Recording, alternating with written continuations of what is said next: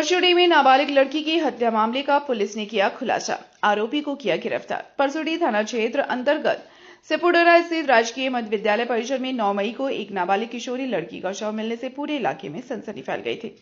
वहीं पुलिस ने गहन जांच पड़ताल के दौरान सोनू कर्मकार नामक युवक को गिरफ्तार किया है। बताया जा रहा है कि हत्या के पीछे के कारण मृतका के द्वारा बार-बार शादी के लिए दबाव बना रहे थे। इसी बात को लेकर दोनों के बीच झगड़ा हुआ। झगड़ा होने के बाद अभियुक्त गुस्से में आकर मृतका का गला घोंटकर हत्या कर दिया। अभियुक्त सोनू कर्मकार के द्वारा घटना के समय पहने हुए सफेद रंग का शर्ट को छुपा दिया था, जिसमें उसके निशानदेही पर बरामद किया गया। पूरा मामला क्या था सर? दिनांक 9 मई 2026 को एक परसोडी थाना क्षेत्र में एक सूचना प्राप्त हुई कि एक स्कूल सोपोडेरा मिडिल स्कूल, वहाँ पर सुबह के करीब 6:15 पर जल्दी ही भोर में कि एक अज्ञात कोई लड़की है, उसका शव वहाँ पर प्राप्त हुआ है।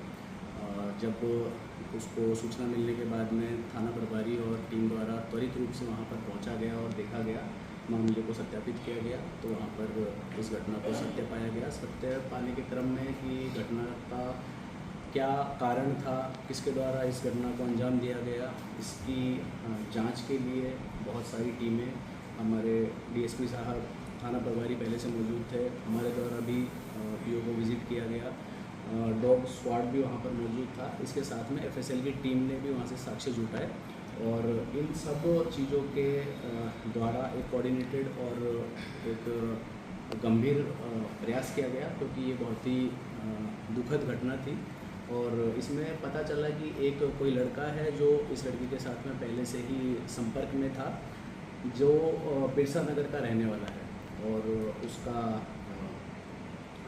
क्या कारण था ये भी हमें पता चला कि लड़की द्वारा शादी का लिए या किसी अन्य प्रकार का उस पर दबाव बनाया जाता था। उसे बोला जाता था कि भाई हमसे शादी कीजिए, लेकिन लड़का पहले से ही शादीशुदा था और इसी क्रम में उसके द्वारा ये इस घटना को अंजाम दिया गया और ये एक तरह से प्री प्लान्ड तरीके से इस सुनसान जगह में इस स्कूल का चयन किया गया और इस घटना को कारित किया गया। क्या दुष्कर्म का भी मामला इस तरह की आ रही थी क्या?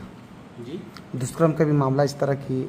नहीं, अभी तक देखिए जो भी हमें, जो मैंने बताया आपको कि एफएसएल की टीम, हमारा इंक्वेस्ट और पोस्टमार्टम रिपोर्ट अभी हमें प्राप्त नहीं है, तो अभी तक जितनी चीज़ें हैं और जितना हमने साक्ष्य जुटाए हैं उसके माध्यम से अभी तक इसकी पुष्टि नहीं होती।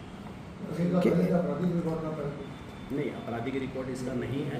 बस ये है कि जो मृतिका है, जो लड़की है, उसके साथ में इसका पूर्व में संबंध रहा था, जो भी है मित्र या जैसा भी, तो उसी के बाद। तो इसके अलावा और भी कोई था क्या इस घटना को अंजाम देने के लिए? हाँ, अकेले के द्वारा घटना को अंजाम दिया गया है और सीसीटीवी फुटेज वगैरह भी देखे गए, तो जिसमें अकेले व्यक्ति था। लड़का को पहले नाबालिग होने की सूचना आ रही थी।